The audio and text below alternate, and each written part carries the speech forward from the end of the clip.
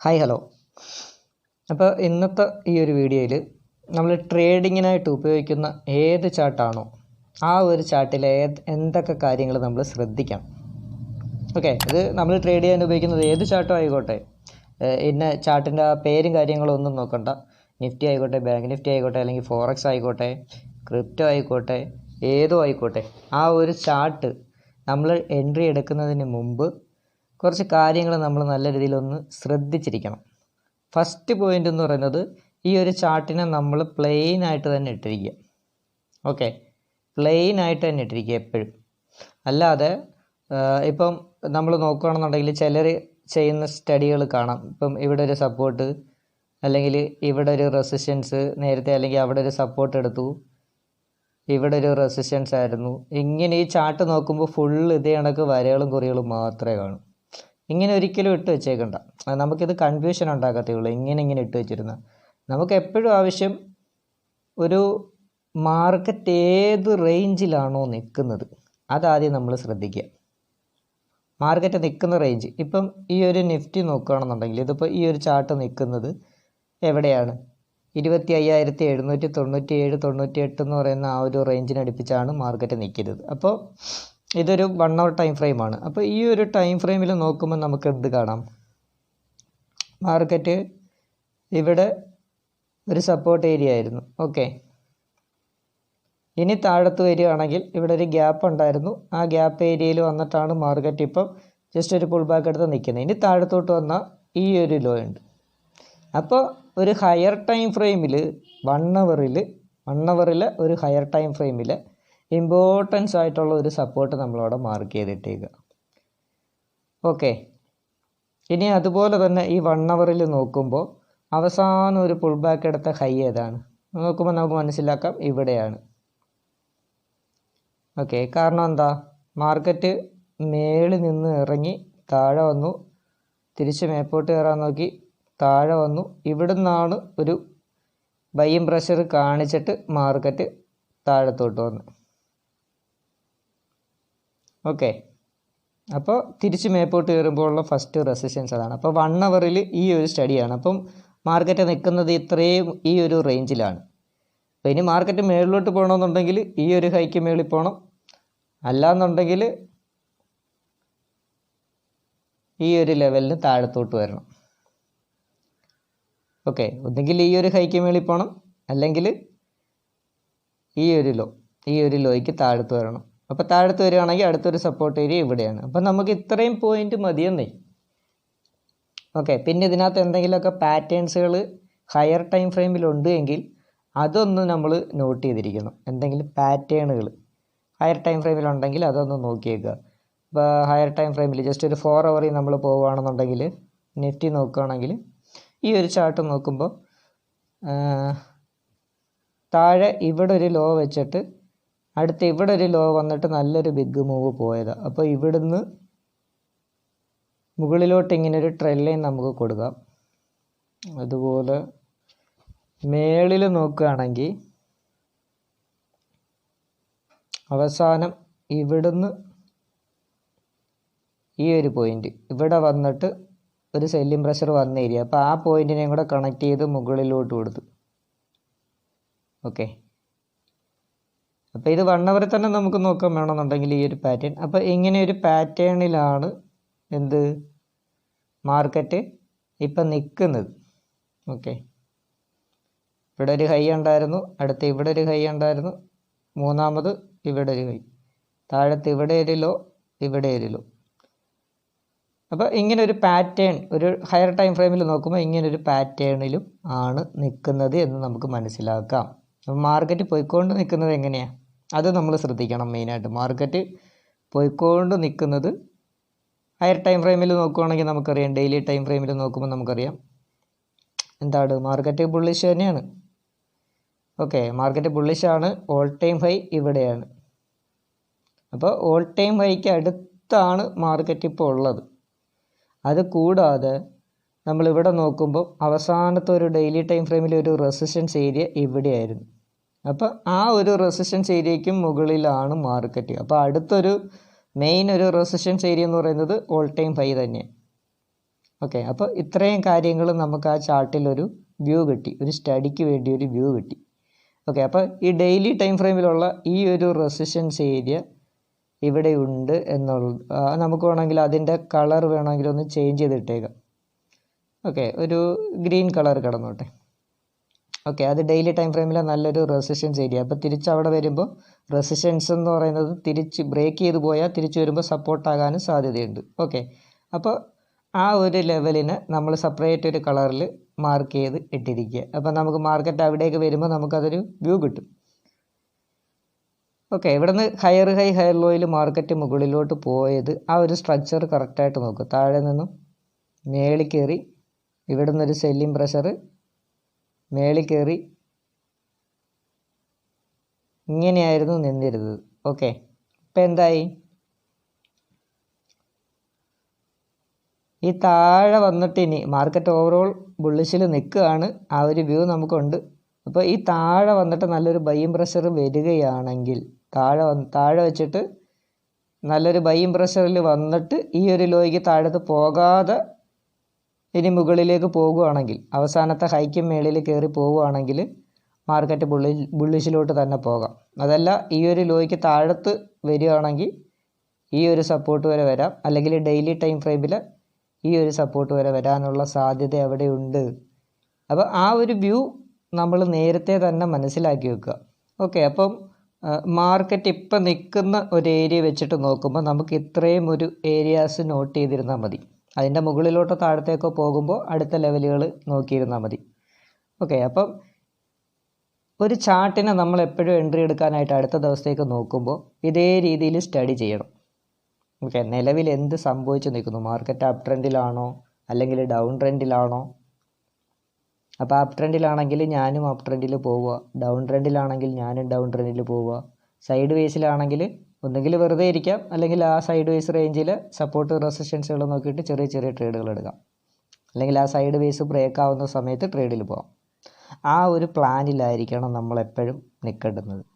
അപ്പോൾ ഒരു ചാർട്ട് കണ്ടു കഴിഞ്ഞാൽ ഇതേ കണക്കായിരിക്കണം. അപ്പോൾ അല്ല ചാടിക്കയറി നമ്മൾ പെട്ടെന്ന് പോയിട്ട് ഒരു എൻട്രി എടുക്കാൻ പ്ലാൻ ചെയ്യുകയില്ല.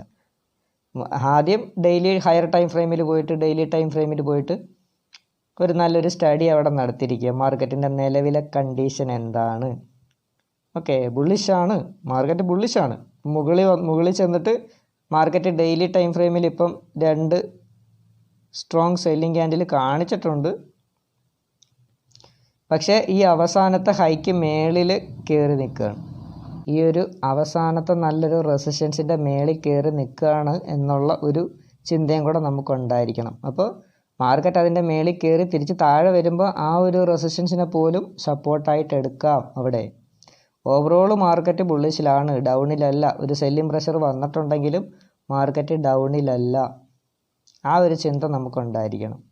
അപ്പോൾ 1 അവറിൽ മെയിനായിട്ട് നമ്മളൊരു ട്രേഡ് നോക്കുമ്പോൾ, ഇപ്പം ഒരു ഇൻട്രാഡേക്കാണ് നമ്മൾ ട്രേഡ് നോക്കുന്നതെന്നുണ്ടെങ്കിൽ ഹയർ ടൈം ഫ്രെയിമിലെ സ്റ്റഡി 1 അവറിൽ മെയിനായിട്ട് നോക്കുക. ഡെയിലി ടൈം ഫ്രെയിമിൽ ജസ്റ്റ് ഒരു സ്റ്റഡി അവിടെ ചെയ്ത് വെച്ചിരിക്കുക. എന്നിട്ട് ഡെയിലി ടൈം ഫ്രെയിമിൽ ഇമ്പോർട്ടൻസ് ആയിട്ടുള്ള റെസിസ്റ്റൻസ്, സപ്പോർട്ടുകൾ, കറണ്ട് മാർക്കറ്റിംഗ് സിറ്റുവേഷൻ എവിടെയാണോ നിൽക്കുന്നത് അതിനടുത്തുള്ള കുറച്ച് പോയിൻറ്റ്സ്, ഒരു 100 പോയിൻറ്റോ 200 പോയിൻറ്റോ ഒക്കെ മാർക്ക് ചെയ്തിരുന്നാൽ മതി നിഫ്റ്റി ആണെന്നുണ്ടെങ്കിൽ. ഇനി ബാങ്ക് നിഫ്റ്റി ആണെങ്കിൽ നമുക്കൊരു 500 പോയിൻറ്റ് 600 പോയിൻറ്റ് വരെയൊക്കെ അടുത്തുള്ള താഴത്ത് മുകളിലോട്ടുള്ള പോയിൻറ്റുകൾ നോട്ട് ചെയ്ത് വെച്ചിരിക്കാം. ഓക്കെ, അല്ലാതെ ഒരുപാട് വരെയും കുറികളും ഒന്നും ഇട്ട് വെക്കണമെന്നൊന്നുമില്ല. അപ്പോൾ ഒരു ചാർട്ട് എടുത്തു കഴിഞ്ഞാൽ ഇതുപോലൊരു വ്യൂ നമുക്കുണ്ടായിരിക്കണം. ഇങ്ങനെയൊരു സ്റ്റഡി ആയിരിക്കണം നമ്മൾ ആദ്യം നോക്കി വെച്ചിരിക്കേണ്ടത്. ഓക്കെ, അല്ലാതെ നാളത്തെ ദിവസം വന്നിട്ട് മാർക്കറ്റ് എങ്ങോട്ടെങ്കിലുമൊക്കെ മൂവ് ആവുന്നു അതിനനുസരിച്ച് ട്രേഡ് ചെയ്യാമെന്നുള്ളൊരു വ്യൂ ആയിരിക്കില്ല.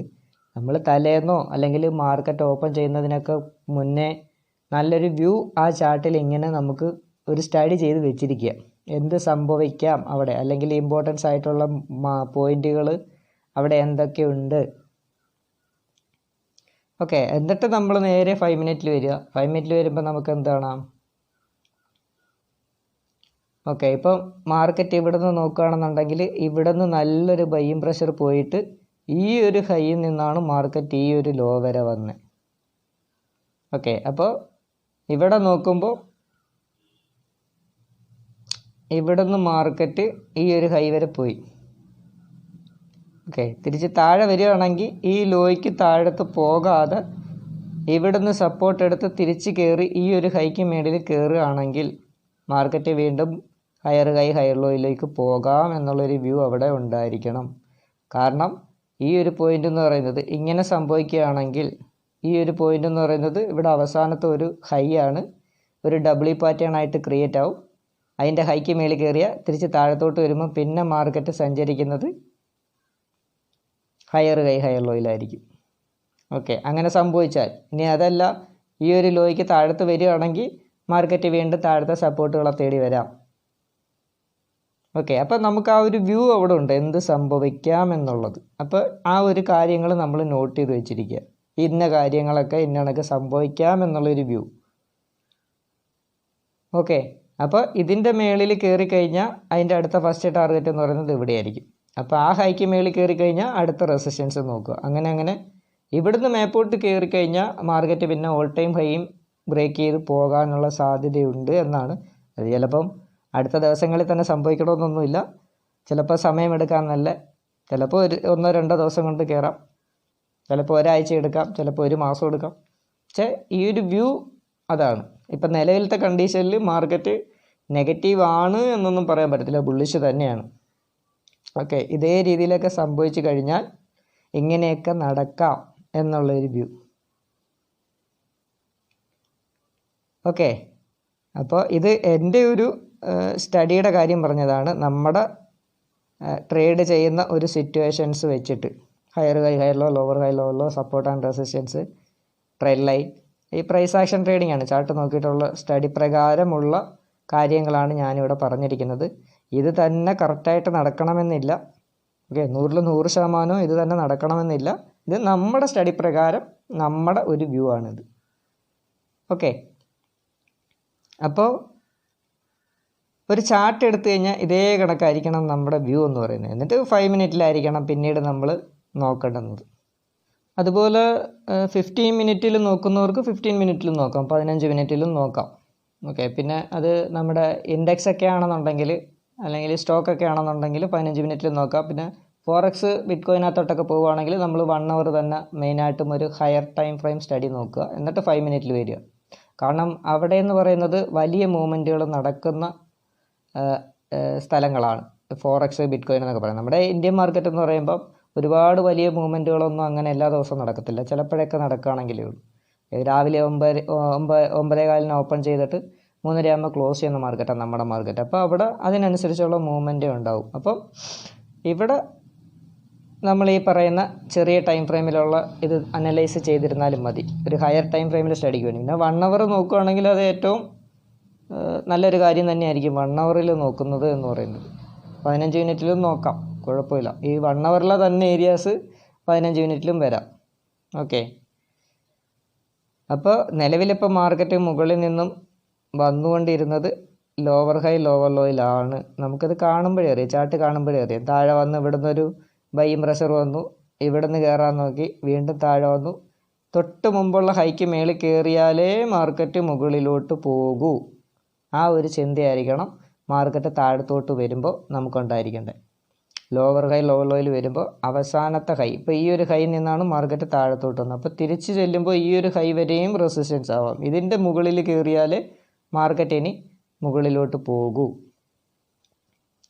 ഓക്കെ, അപ്പോൾ ഇനിയിപ്പോൾ അടുത്തൊരു ദിവസം ഇങ്ങനെയാണ് സംഭവിക്കുന്നത് എങ്കിൽ മാർക്കറ്റ് മുകളിൽ നിന്നും താഴത്തേക്ക് വന്നു. ഓക്കെ, ഇപ്പോൾ ഇവിടെ വന്ന് നിൽക്കുകയാണ്. ഇവിടെ നിന്ന് വീണ്ടും താഴത്തോട്ട് വന്നു കഴിഞ്ഞാൽ ഏകദേശം ഇവിടെ വന്നിട്ട് തിരിച്ച് കയറുകയാണെങ്കിൽ, ഓക്കെ, തിരിച്ച് കയറുകയാണെങ്കിൽ ഇതൊരു ഡബ്ല്യു പാറ്റേൺ ആവും. അപ്പോൾ ഈ ഒരു ഹൈക്ക് മേളിൽ കയറുകയാണെങ്കിൽ മാർക്കറ്റ് വീണ്ടും ഹയർ ഹൈ ഹയർ ലോയിൽ പോകാനുള്ള സാധ്യതയാണ് അവിടെ ഉള്ളത്. ഓക്കെ, അപ്പോൾ ഒരു ചാർട്ട് എടുത്തു കഴിഞ്ഞാൽ നമ്മുടെ വ്യൂ ഇതേ കണക്കൊക്കെ ആയിരിക്കണം. ഇങ്ങനെയായിരിക്കണം ഒരു സ്റ്റഡി നമ്മൾ ചെയ്ത് വെച്ചിരിക്കേണ്ടത്, ഇങ്ങനെയൊക്കെ നടക്കാം എന്നുള്ളത്. ഓക്കെ, അപ്പോൾ അല്ലാതെ നമ്മൾ ഒരുപാട് വരയും കുറികളും ഒന്നും ഇട്ട് വെച്ചേക്കണ്ട. ഹയർ ടൈം ഫ്രെയിമിൽ ഏതെങ്കിലും ഒരു പാറ്റേണിൽ പോകുന്നുണ്ടെങ്കിൽ ആ പാറ്റേൺ ഒന്ന് നോക്കി വെച്ചേക്കുക. പിന്നെ സപ്പോർട്ട് റെസിസ്റ്റൻസുകൾ മാർക്കറ്റ് എവിടെയാണോ നിൽക്കുന്നത് അതിനടുത്തുള്ള ഏരിയകൾ നോട്ട് ചെയ്ത് വെച്ചിരിക്കുക.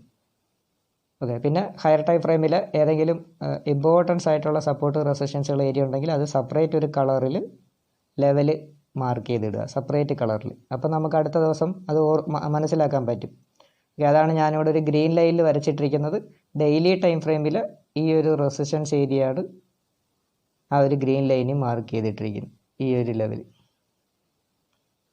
ഓക്കെ, അപ്പോൾ ഏതൊരു ചാർട്ട് എടുത്താലും നമ്മൾ ഇതുപോലെ സ്റ്റഡി ചെയ്ത് വെച്ചിരിക്കുക. അപ്പോൾ ഇത്രയും കാര്യങ്ങൾ നോക്കിയാൽ മതി മാർക്കറ്റ് ഈ ഒരു ഏരിയയിൽ നിൽക്കുമ്പോൾ നമ്മൾ ശ്രദ്ധിക്കേണ്ടുന്ന കാര്യങ്ങൾ.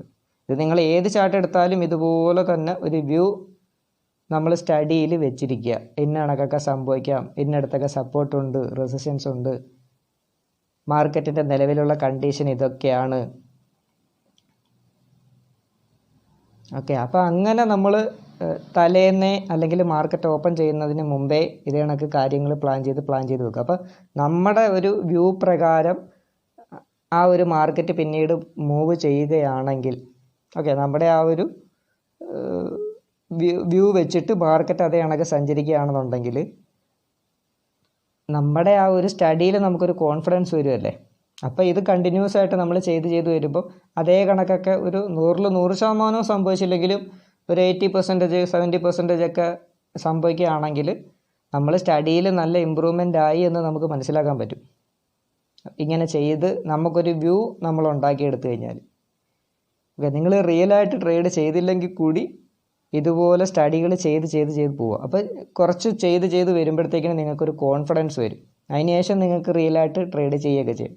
ഇപ്പോഴത്തെ സാഹചര്യത്തിൽ ചെറിയ ക്വാണ്ടിറ്റിയിൽ ട്രേഡ് എടുത്ത് പോവുക, അല്ലെങ്കിൽ പേപ്പർ ട്രേഡ് പോലെ ട്രേഡ് ചെയ്ത് എക്സ്പീരിയൻസ് ആവുക. അപ്പോൾ ഒരു ചാർട്ട് എടുത്തു കഴിഞ്ഞാൽ ഇതേ കണക്കുള്ള ഒരു വ്യൂ ആയിരിക്കണം നമുക്ക് വേണ്ടുന്നത്. ഓക്കെ, ആ ഒരു എൻട്രി എടുക്കുന്നതിന് മുമ്പ് അല്ലെങ്കിൽ ഒരു ചാർട്ട് നോക്കുന്ന സമയത്ത് ഇതേ കണക്കുള്ള ഒരു വ്യൂ വെച്ചിരുന്നാൽ മതി. ഏറ്റവും അടുത്തുള്ള ഏരിയാസ് നോട്ട് ചെയ്ത് വെക്കുക. ഹയർ ടൈം ഫ്രെയിമിൽ എന്തെങ്കിലും പാറ്റേണിലാണ് പോകണമെങ്കിൽ ആ പാറ്റേണും ഒന്ന് നോട്ട് ചെയ്ത് വെച്ചിരിക്കുക. ഓക്കെ, അല്ലാതെ അങ്ങ് തൊട്ട് ഇഞ്ഞ് താഴെ വരെ ഒരുപാട് ലെവലുകളൊന്നും മാർക്ക് ചെയ്തൊന്നും ഇടണ്ട. മാർക്കറ്റ് എവിടെയാണോ നിൽക്കുന്നത് അതിൻ്റെ മുകളിലും താഴെയുള്ള ഇമ്പോർട്ടൻസ് ആയിട്ടുള്ള ഏരിയകൾ നോട്ട് ചെയ്ത് വെക്കുക. നിലവിൽ എന്താണോ ഒരു വ്യൂ ഉള്ളത് ആ ഒരു വ്യൂ നമ്മൾ നല്ല രീതിയിലൊന്നും മനസ്സിലാക്കി വെച്ചിരിക്കുക. ഓക്കെ, അപ്പോൾ ഇതുപോലെ ആയിരിക്കണം എല്ലാ ചാർട്ടിലും നമ്മൾ പോയിട്ട് ഒരു വ്യൂ വെച്ചിരിക്കേണ്ടത്, അല്ലെങ്കിൽ ഒരു സ്റ്റഡി ചെയ്ത് വെച്ചിരിക്കേണ്ടത്. ഓക്കെ, അല്ലാതെ മാർക്കറ്റ് ഓപ്പൺ ആവുന്ന സമയത്ത് വന്നിട്ട് ചാടിക്കയറി എവിടെയെങ്കിലും കയറിയിട്ട് എൻട്രി എടുക്കുക അങ്ങനെയൊന്നുമല്ല. ഇതേ കണക്കായിരിക്കണം നമ്മളെപ്പോഴും ശ്രദ്ധിച്ച് നല്ല ലെവലുകൾ മാർക്ക് ചെയ്ത് പാറ്റേണുകൾ എന്തെങ്കിലും ഉണ്ടെങ്കിൽ അത് നല്ല രീതിയിൽ ശ്രദ്ധിച്ച് മനസ്സിലാക്കി ചെയ്തിടുക. എന്നിട്ട് നമുക്കൊരു എൻട്രി സെറ്റപ്പ് ഉണ്ടായിരിക്കണം. എവിടെ നിന്ന് എൻട്രി എടുക്കാം. മാർക്കറ്റിൽ ലോവർ ലോയിലാണെങ്കിൽ റെസിസ്റ്റൻസിൽ നിന്ന് താഴോട്ടുള്ള ട്രേഡ് നോക്കാം. ഹയർ ലോയിലാണെങ്കിൽ സപ്പോർട്ടിൽ നിന്ന് ബൈ എന്ന് നോക്കാം. ഓക്കെ, അങ്ങനെയുള്ള ഒരു വ്യൂവിലായിരിക്കണം നമ്മൾ നിൽക്കേണ്ടത്. അപ്പോൾ ഇതുപോലെ നിങ്ങളും സ്റ്റഡി ചെയ്യുക, ഒരു വ്യൂ ക്രിയേറ്റ് ചെയ്യുക.